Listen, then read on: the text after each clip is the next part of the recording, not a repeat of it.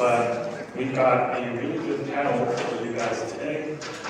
We have representatives from ATTOM, Zillow, and Opendoor. So it's a pretty good panel in terms of expertise. And subject today is, of course, AI.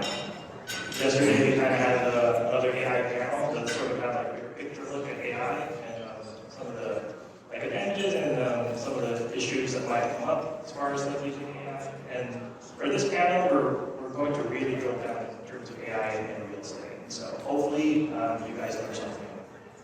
It ends up being a really good panel. So first off, I'll let our panelists introduce themselves.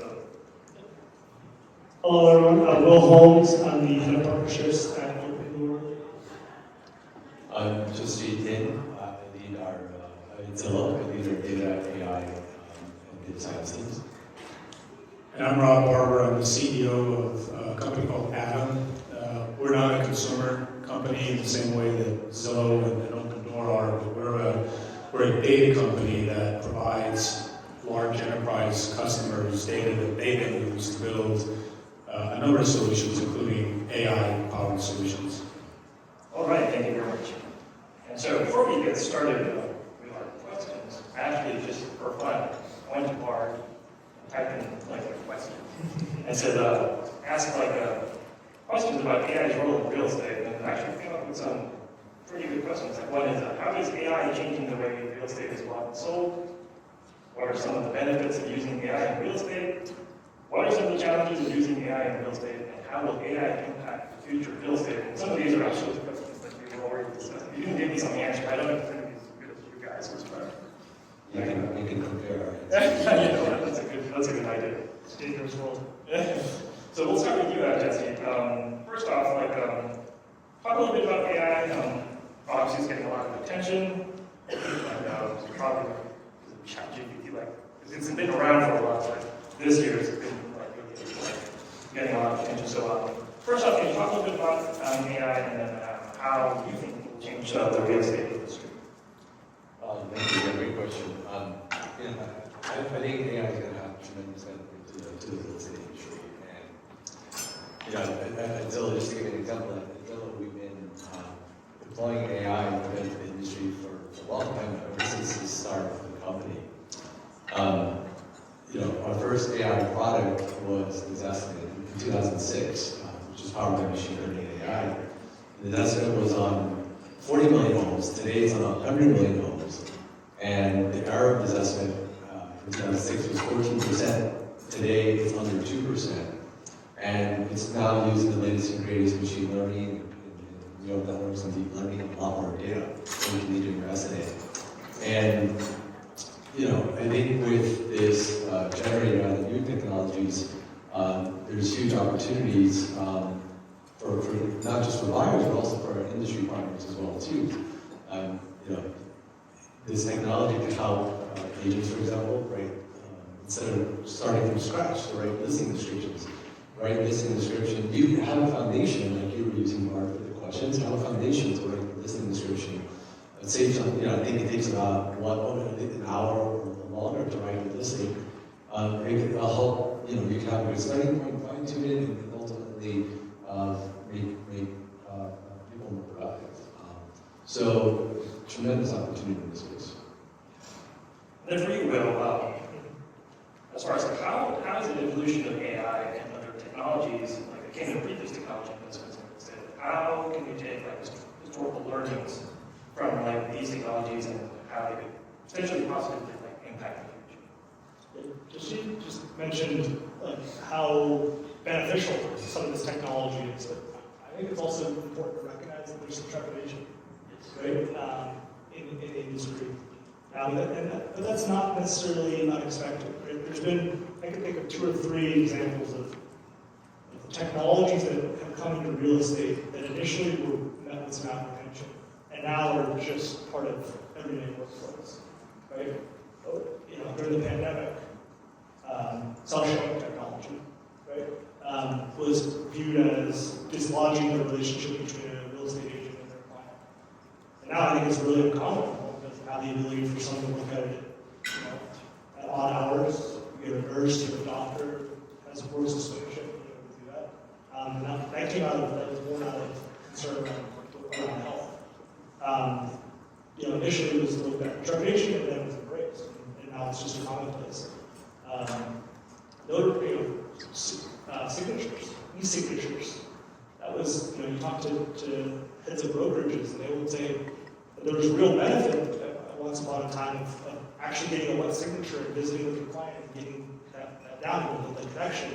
And now we just use DocuSign and notarize and products that kind of leverage that. So I think you're seeing a robust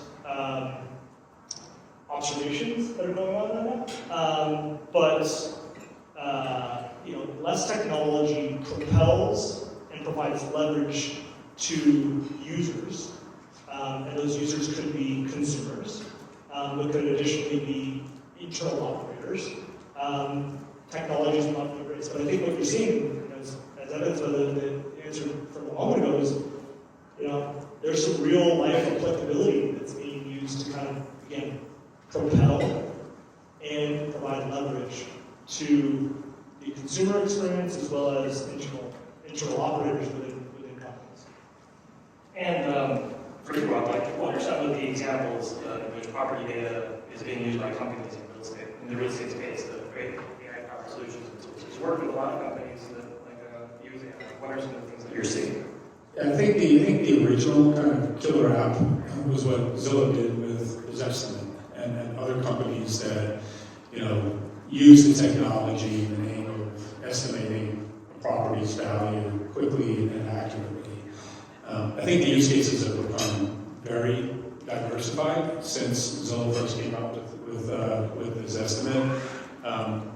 Two areas I would say where we're seeing particularly strong innovation would be in the homeowners insurance space, where either the carriers themselves or technology companies that have partnered with homeowner carriers are combining textual data with images and overlaying artificial intelligence on top of that in order to better assess a property's risk to particular potential perils or events that could initiate a claim on a homeowner's policy.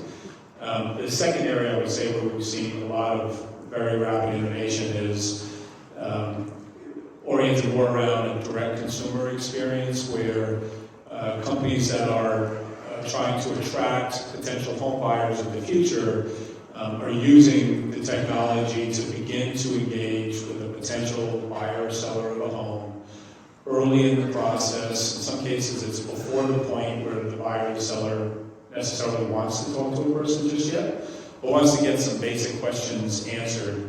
And it might be at night, and it might be on a weekend, and it's the kind of situation where an AI-enabled tool that's very complementary to an agent or a team or a broker can begin to engage with a potential buyer or seller in the future.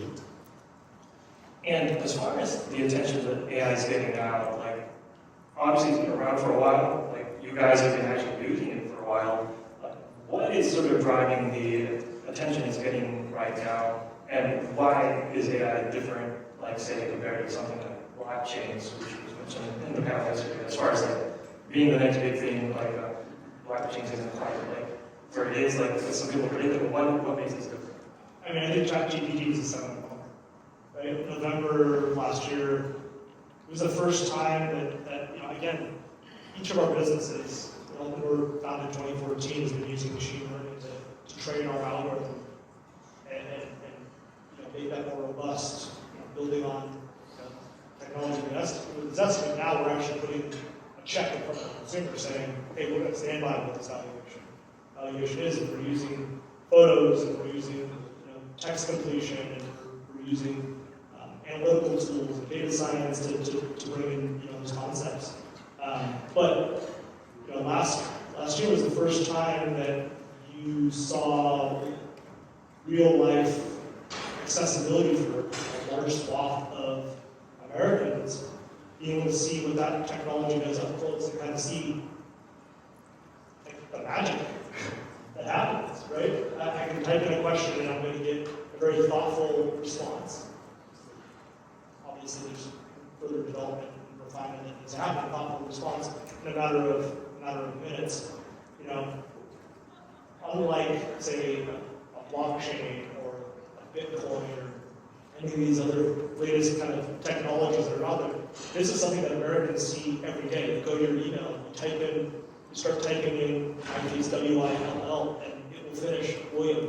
Next line, HOLMES. Like, those are predictive technologies that are being used to create artificial intelligence to help design a great consumer experience. That's what we try to do at Opendoor, is try to really develop a consumer experience that is simple, is certain, is straightforward, but it has to come from the comfort. So I think the moment here was, last year we seeing it up close and personal, with folks being able to leverage GPT. Yeah, I will say as a reporter, I've been amazed at how much improved spell checking and grammar checking like it is now compared to 5 or so years ago. Like before I type something and it was just like some weird thing, I was like, that's not right. But now it's like it'll actually count some of those things. So yeah, just you can expand a little bit more on it. Like I guess the last question starts like AI is like just exploding at this point. Yeah, I think we'll hit on it. This technology, large language models, and diffusion models in the imagery space is actually not new. It's been around since 2017. And the evolution of that has been happening since 2010 to 2017. But I think, as Will said, ChatGPT made it really accessible for the average person to play around with these models. And Zillow specifically, we've been deploying large language models for quite some time. Earlier this year, for example, we launched natural language search on Zillow, where users can type in their natural language, homes with a pool, with big backyards, whatever, and the large language model will be able to understand that and be able to surface the right homes for the user. So there's, it's an exciting time. There's going to be a lot of innovation in the space, and it's great to see the excitement. Do you have anything to add as well, Rob? Yeah, the only thing I would add is I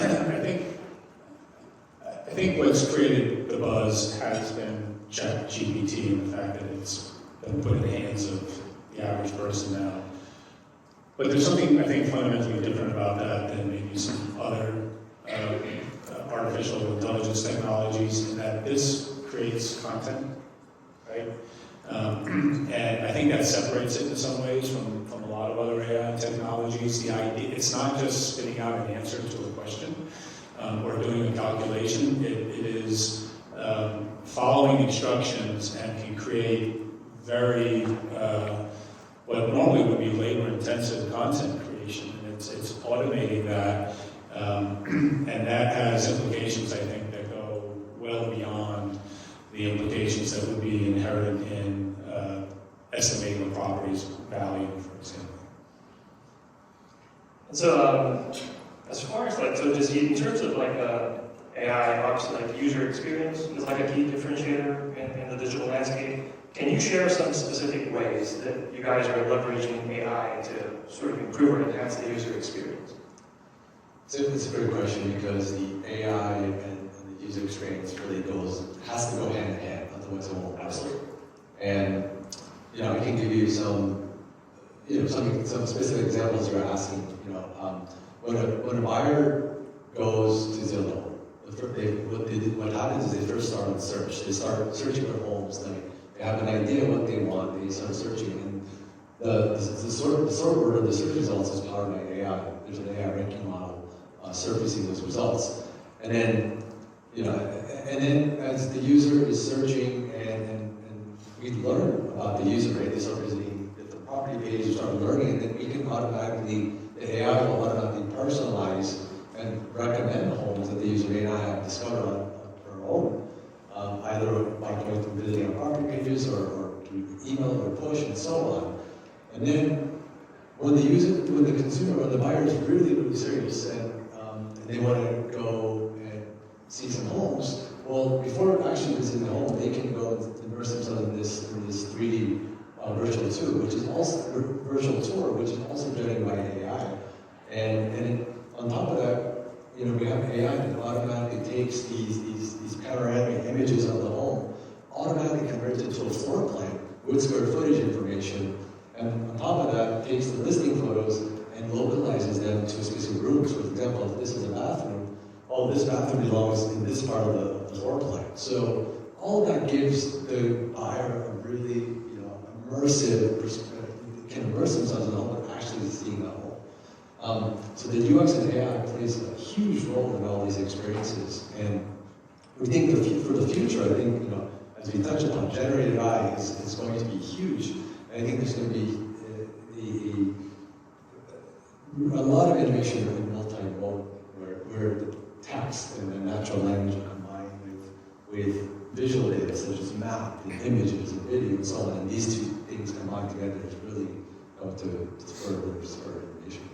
Two that come to mind for me, you mentioned it earlier, is, you know, listing remarks, right? Opendoor owns tens of thousands of homes across the country in a given year. And that's labor intensive. You say, right, it takes an hour to write that, you know, the ability to kind of scale that process out and make that done in a good way. When it comes to home valuation, right, you think about assessments that happened, you know, that happened. You know, we have a video of the interior of the home to help us with underwriting what the home's value is. We're categorizing those images to understand and train best practices for the questions that we need to be asking, the awareness that we need to be having around, you know, different inputs into our model. And those are just tangible examples that consumers touch and benefit from with more precision as a result. So those are just two that just, you know, come to mind. In addition to you know, all the other, you know, millions of data points that we're taking a look at, what a slope driveway on the south side of the street is versus a you know, quartz countertop is on the north side of the street. All in the sense of building a better data model in which we can you know, mine and leverage again to propel our business forward. I see you nodding over there, Rob. Is there anything like that? Yeah, just that I think there were a lot of these early use cases that in one way or another were very oriented around the transaction of the home and the buying and selling.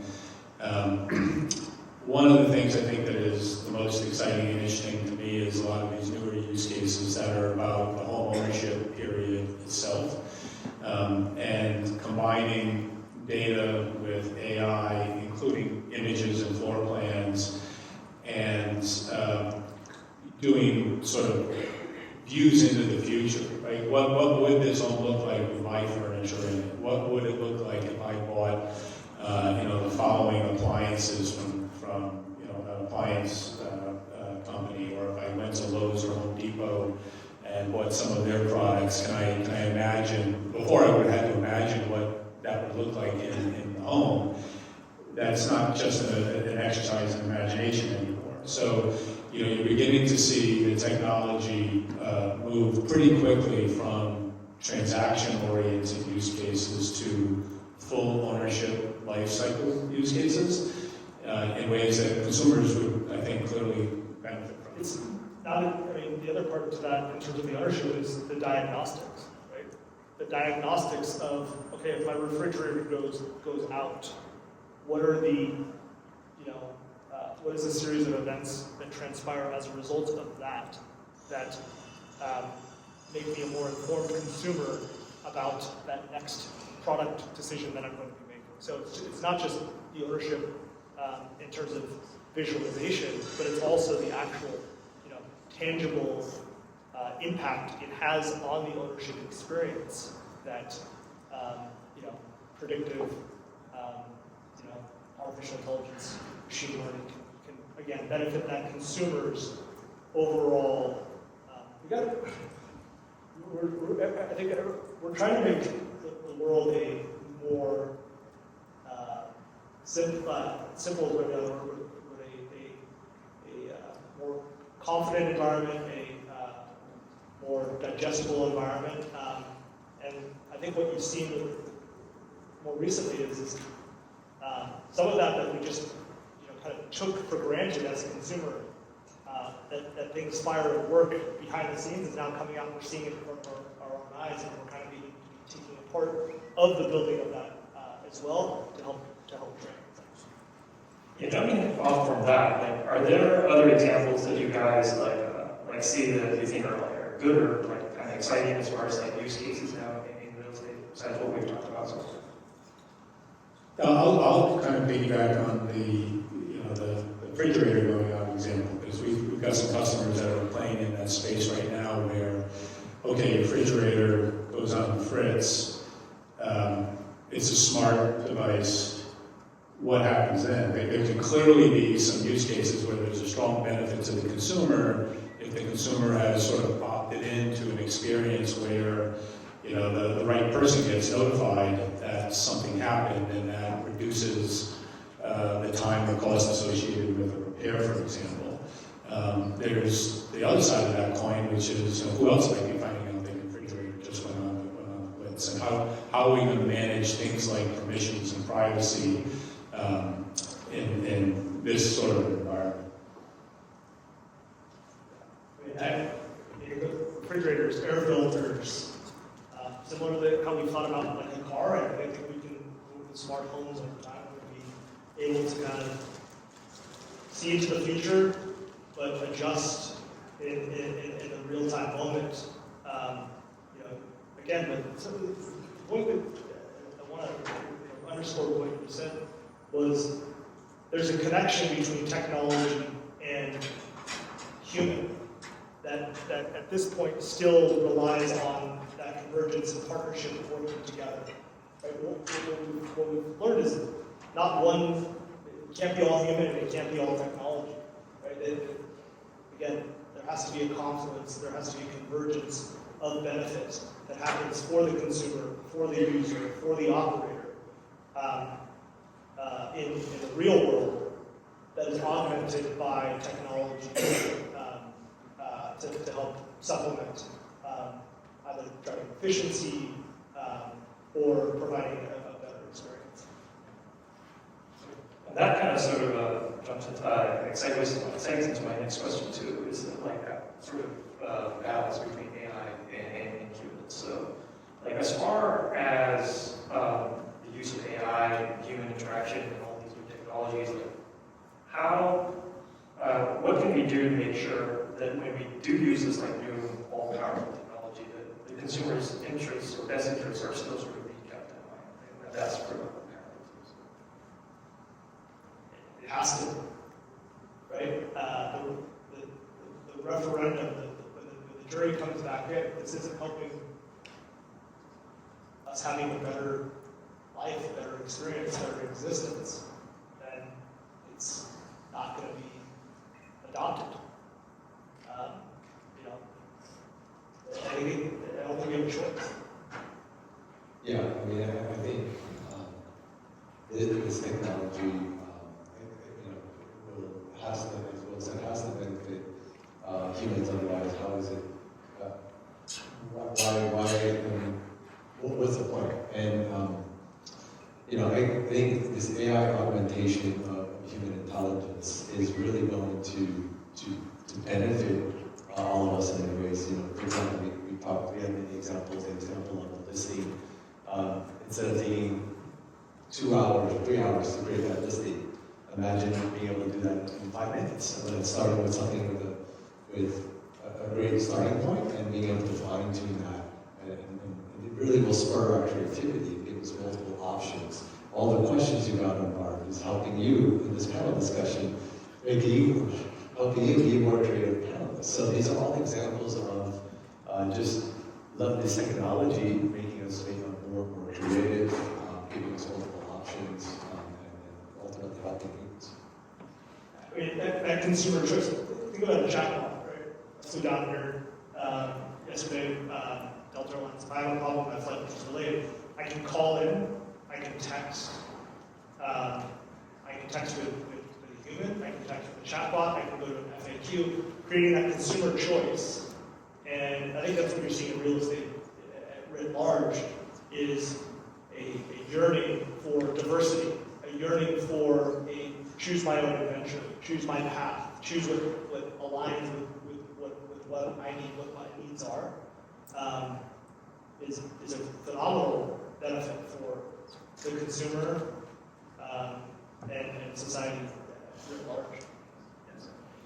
And I think one of the things that it's going to illuminate is the importance of the human that's initiating the prompt and the query, to be very thoughtful up front in the way in which they're making the ask of the technology. Because I think that one of the things that we're learning here, almost in real time, is that makes a really big difference. There's a way to initiate a prompt of a generative AI that produces a certain outcome, and then another way to be more descriptive in the way that you're initiating your query, which can produce a much more descriptive and elaborate sort of outcome. So I think one of the probably many areas where humans and AI intersect will be kind of at this juncture where the prompt is being initiated in the first place. And I think we'll realize if we look back on this at some point that there's a skill to doing that, and some people will develop that skill, and that will probably benefit them, and other people may not develop the skill to the same degree and may not get the same benefits. And hopefully over time, that the AI can be smarter, so that skill is not as necessary. I think, at that point. More democratic. Certainly, I feel as though I personally am behind quite often, and I think a lot of consumers feel as though that's the case, that they're at a disadvantage, that they're not as averse, and therefore that they're playing with less than a full deck. And so the democratization of information is a very powerful motivation for why this is important. So that disenfranchised groups and communities and folks that are on the periphery have access to the benefits here as well. And that democratization of information and accessibility of these tools is crucial to gain that consumer trust in the direction that we're going. And how do you add that human nuance to like what we're doing with AI right now? Because at times AI is almost like you're teaching a child. It depends on what you're teaching, like as far as what results you get. Or like maybe teaching somebody to drive. Like at this point, I don't think AI, like you want to give them a license and drive on their own quite yet. But like how do you sort of like, obviously like AI is supposed to be, for example, they use it as an unbiased source to take the bias out of the system. But then since we have bias in the information that we give it, sometimes they'll use that and so like we're hiring mostly men for this position. That means like women must not be as good, so I'll just like tailor I'll recruit more men or something. Like how do you prevent like the AI from like making those types of conclusions and ending up like discriminating against people instead of like being like a fair judge instead? Yeah, I can talk to that. Yeah, great, really important question. At Zillow, what we've done, I'll tell you what we've done. This is really important to us that treating people fairly. That we invested a couple of years ago in an AI ethics team. That it's a team of scientists and a cross-functional team, scientists, legal, and other disciplines in the company to make sure we're really looking at all of our models and building up frameworks and metrics in place to ensure that our models are being fair and unbiased. And this is an area that's an important area of investment, and this is an area that we continue to focus on. So that's what has helped us address some of these concerns. with privilege comes responsibility. At the end of the day, that's, those of us that are working on in this arena have a responsibility because of the privilege that we have to work on it. This is a really exciting, phenomenal time. It's fast, it's quick, but we have to be self-aware of the decisions we're making and the use cases for the technologies that we're utilizing. Yeah, anything that obviously you don't build like right? Yeah, I just think of it sort of through the lens of it's a tool for humans, not an end-all be-all in and of itself necessarily. And so, almost in the same way I just kind of made this point about the way the human drafts the prompt in the first place, you can kind of bookend that with an editorial human responsibility at the end of the process to make sure that whatever content was created goes through a proper editorial process versus just getting thrown out there into the world without having been checked. And as far as just how AI works and how you guys put data into it. I remember earlier this year I was listening to an AI expert and he was citing examples in terms of how AI can go wrong, and he I shouldn't switch you guys earlier. He made an example of previous that's the best way and most efficient way to make paper clips.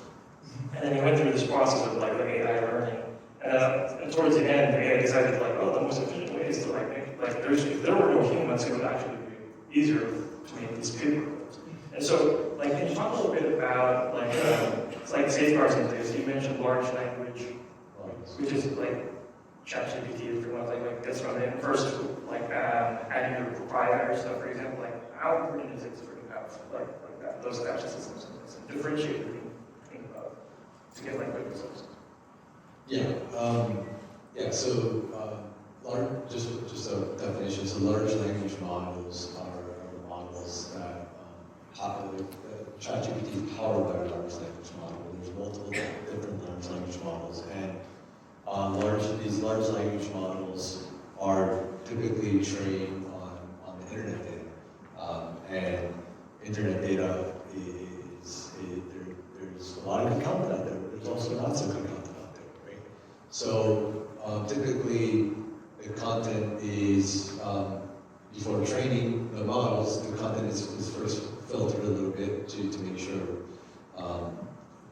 that content that should be in the training data is not there. But that doesn't fully solve the problem. And so typical ways to address this is supplementing these large language models with a knowledge base.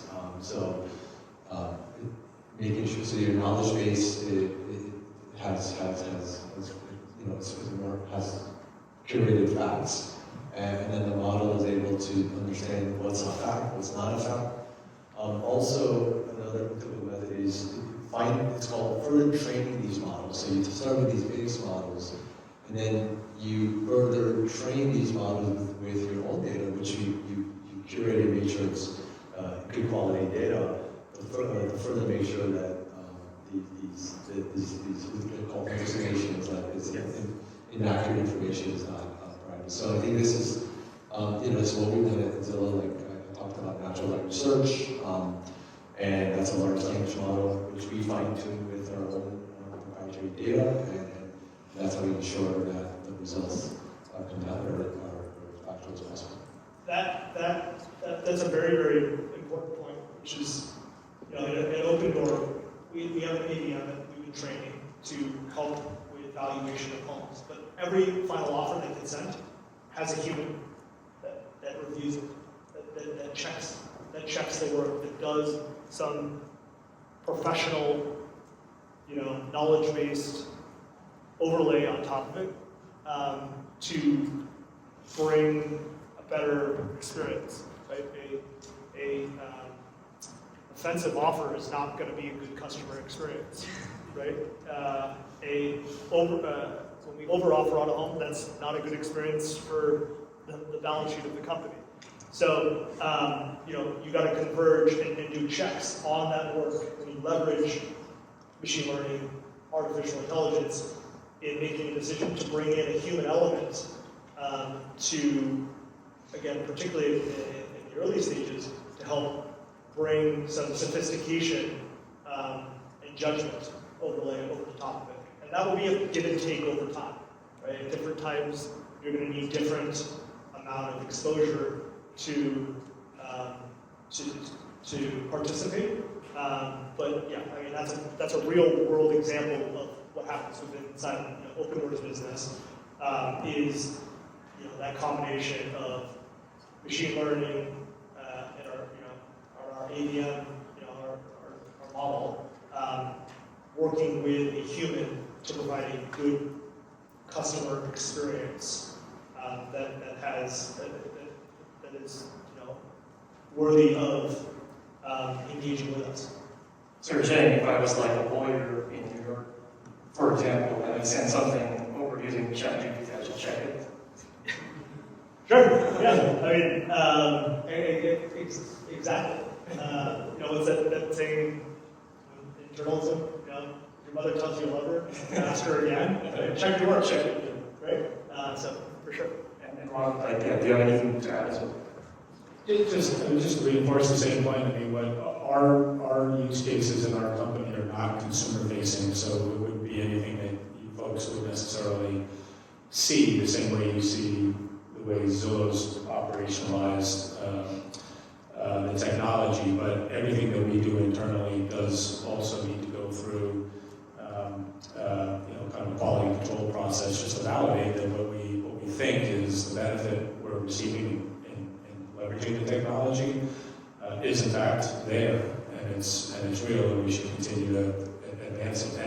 And if we find that it's not, and something appears to be amiss, stop and reevaluate and plan what your next step will be accordingly.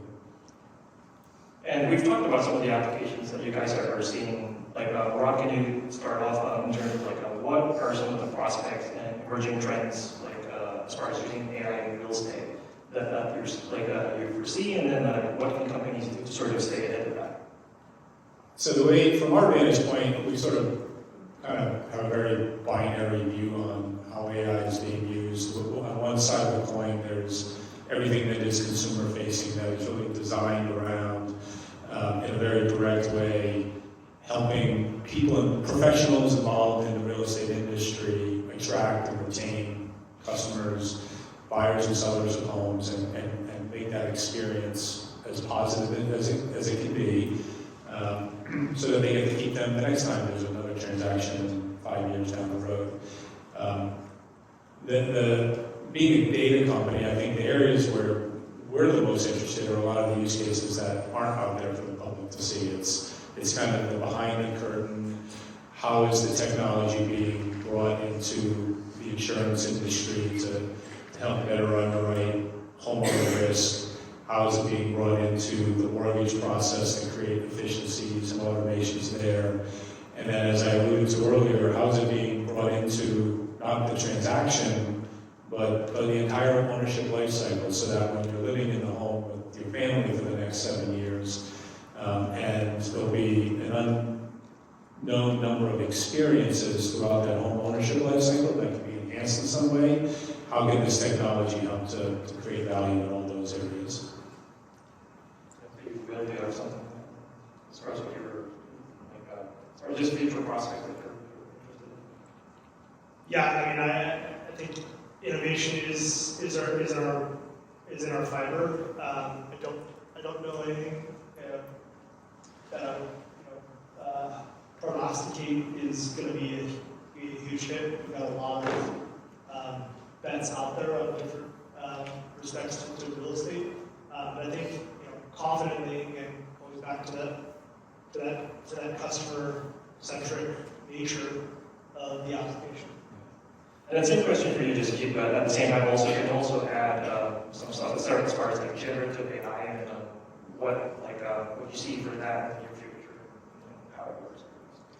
Yeah, I think one thing we haven't talked about, which I should touch upon, where there's going to be a ton of innovation will be on AI infrastructure. These large language models they're large, that's why they're called large language models. They're large, really large.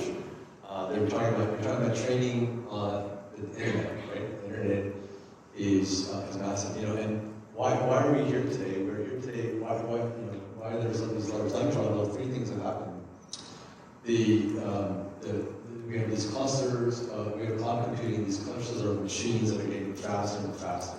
Number two is we have advanced algorithms. I mentioned that essentially large language models ended in 2017 in something called a transformer, and there's been advancements since then.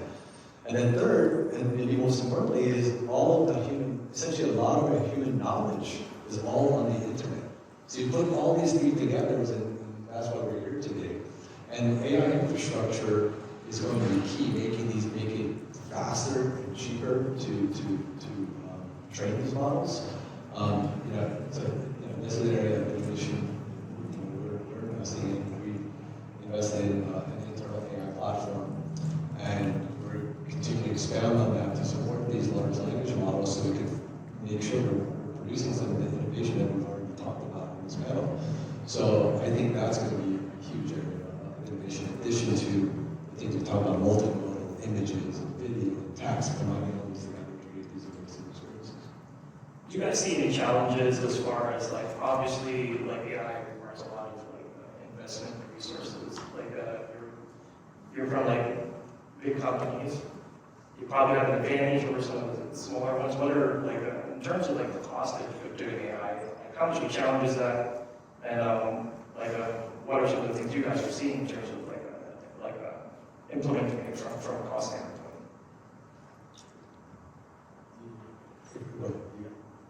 It's expensive. Yeah, I can expand on that. I would say, first off, I think one thing I'm actually excited about is that there's been a proliferation. There's been so much, I've been in the AI space for 20 years now, and I've never seen so much innovation in this space since the last couple of months. It's been amazing. Every week I'm reading a new scientific paper. These scientific papers are dense and long. And even then, Between your podcast and his scientific papers, is some good materials out there. Yeah, but keeping up to really being on top of the scientific paper is really important. And I think that what we're seeing though is that there's a lot more, there's new large language models being created. We talk a lot about GPT and the model behind ChatGPT, but there's all these models that are open source that are being created that are essentially democratizing these large language models for smaller companies to leverage, as well as large companies. So it's really making it accessible for many people. So I'm excited about that. And then I think training is expensive, but it's also, we're seeing a lot of innovation on the hardware side, making these cheaper to train. And also there's investments in making these large language models not so large, much smaller, but just as sophisticated, making it cheaper. Internally at Zillow, as I mentioned, we've invested in AI since 2006. Really, since the start of the company, we have a great internal AI team. So I think, we're excited about innovation here. And Rob, as far as the companies you work with, are you seeing any differences at all in terms of implementation based on resource, or is there a case of the haves and the have-nots as far as fully utilizing the AI? I would say so. Our enterprise customers range from startup businesses that have gone out and raised a little bit of money to build a proof of concept product to billion-dollar companies. I would say, with a few exceptions, most of the innovation has happened with the smaller businesses who had an idea to leverage the technology to create some form of efficiency or automation in a real estate-related workflow of one type or another. I'd say the biggest economic impact on those folks over the last year or so has just simply been a capital raising environment that's radically different today than what it was a year or two ago. Most of what we've done internally has been bootstrapped so far, so it has not been super expensive, but we are reaching that point where in order for us to experiment and innovate any further, we really need to start to, create our own walled garden where our data is not being thrown out there in the world, but instead we're bringing the technology in-house to begin to train it on our data in a way that makes us feel secure, that it's being done the right way, and that our content is still being protected the way we would want to protect our intellectual property. All right, and so before we move forward, I want to make sure we actually take time for questions, because I ran out of time in the last two panels. So is there anybody? Yes, sir. This is all very interesting. Does that have the potential to lower real estate broker fees?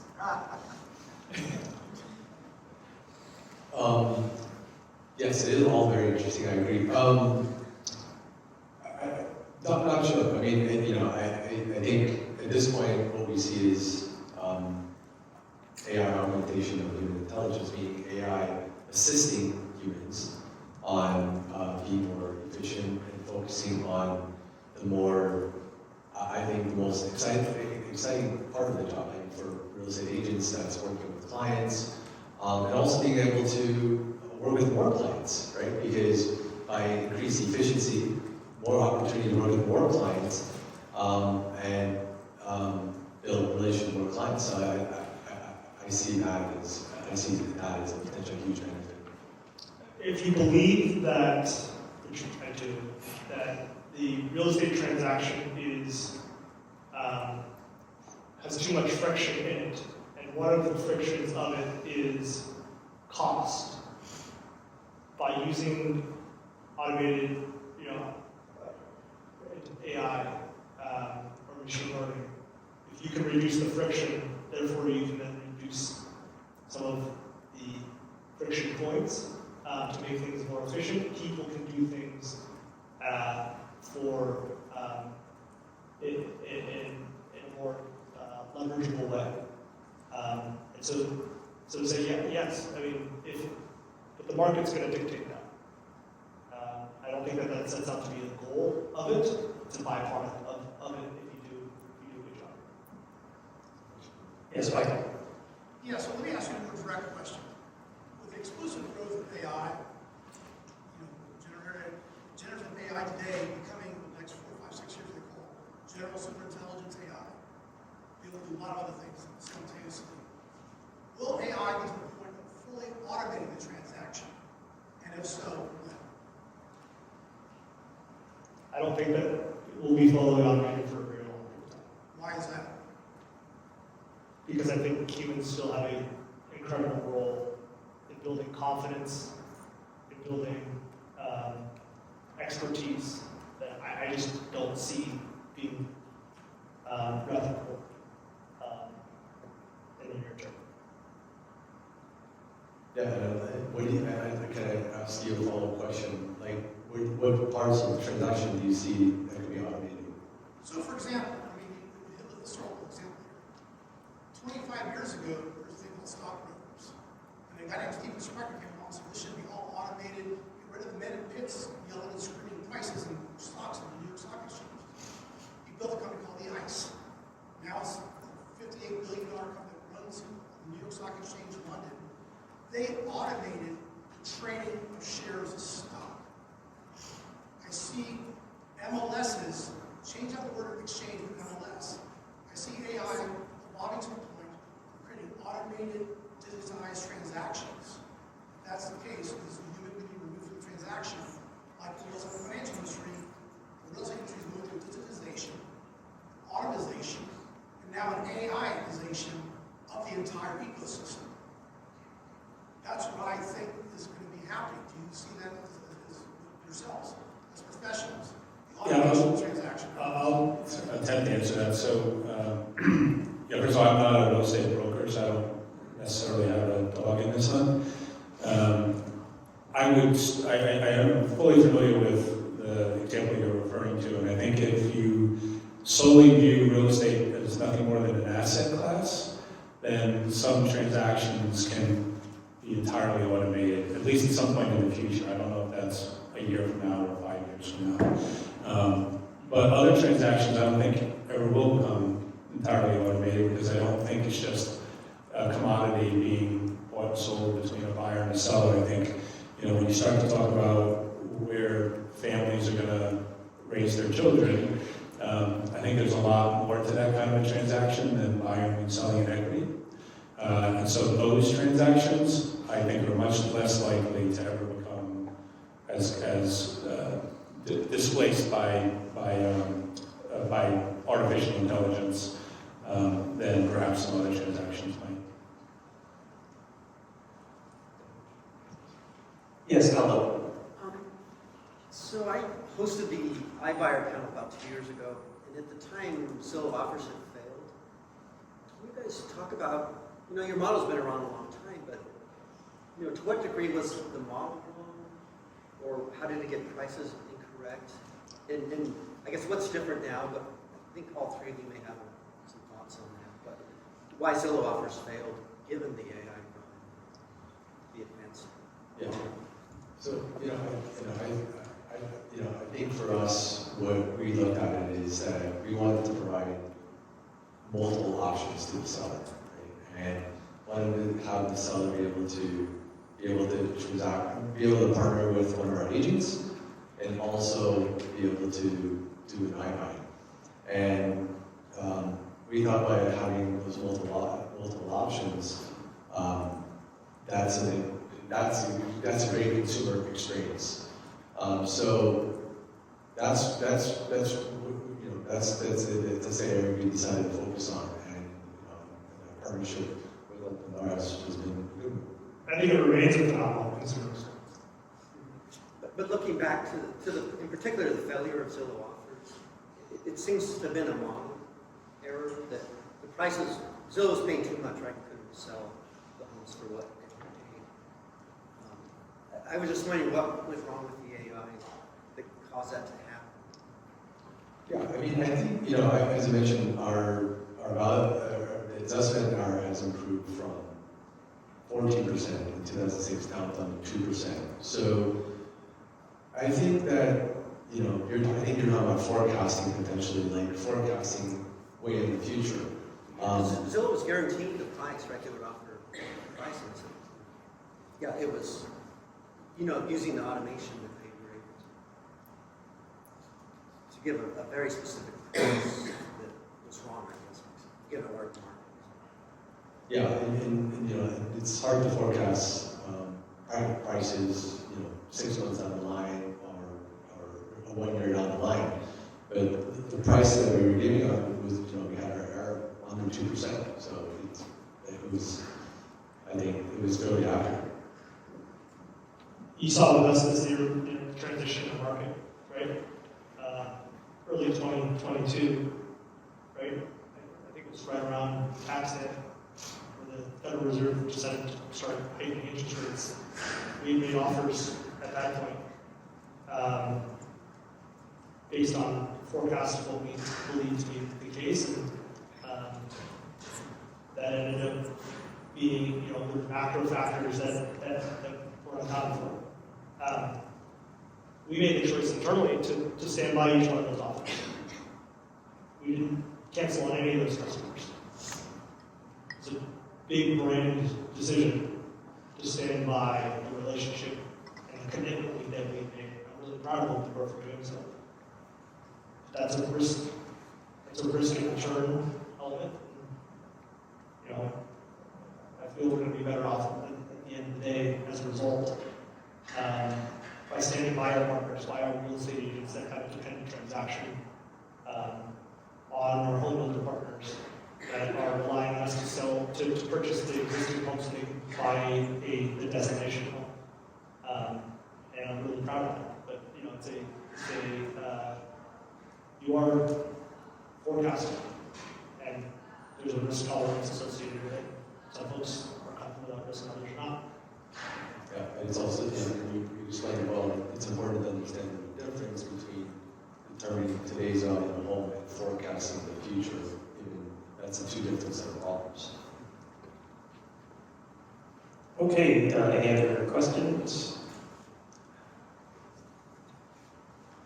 All right, so just in case you guys are curious, here are some of the answers that Barb gave to the same questions it suggested. So, as far as benefits of AI, it said increased efficiency due to automation of tasks that can usually, this is usually done manually. Second is improved accuracy, because it can analyze large amounts of data to identify patterns and trends that would be difficult to spot manually.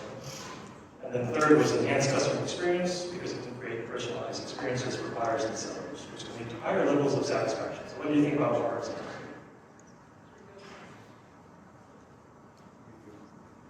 It was good answers. I think it's good. Your job is to risk on. And then as far as some of the challenges of using AI in real estate, it said number one is cost, because AI can be expensive to implement and maintain. Number two is data requirements, because AI requires large amounts of data to train and operate. This can be difficult and expensive to collect. And the last one is regulation, because AI is a relatively new technology, and there's still a lack of regulation in the real estate industry. This could create challenges for businesses that use AI. As far as the lack of regulation, is that true, or is that like a hallucination in the real estate industry for AI? They would say that there's no regulation for AI in the real estate industry. I think it's there's regulation, like specifically for AI. There's some around automated valuation models, but yeah, maybe a little bit of hallucination there. All right. This guy right next to it. Just kidding. So, yeah, so thank you very much, guys. I really appreciate it. Learned a lot. And if you guys want to like chat with the panels, you can like stay there and decide for a little bit. So, thank you very much. Hope you guys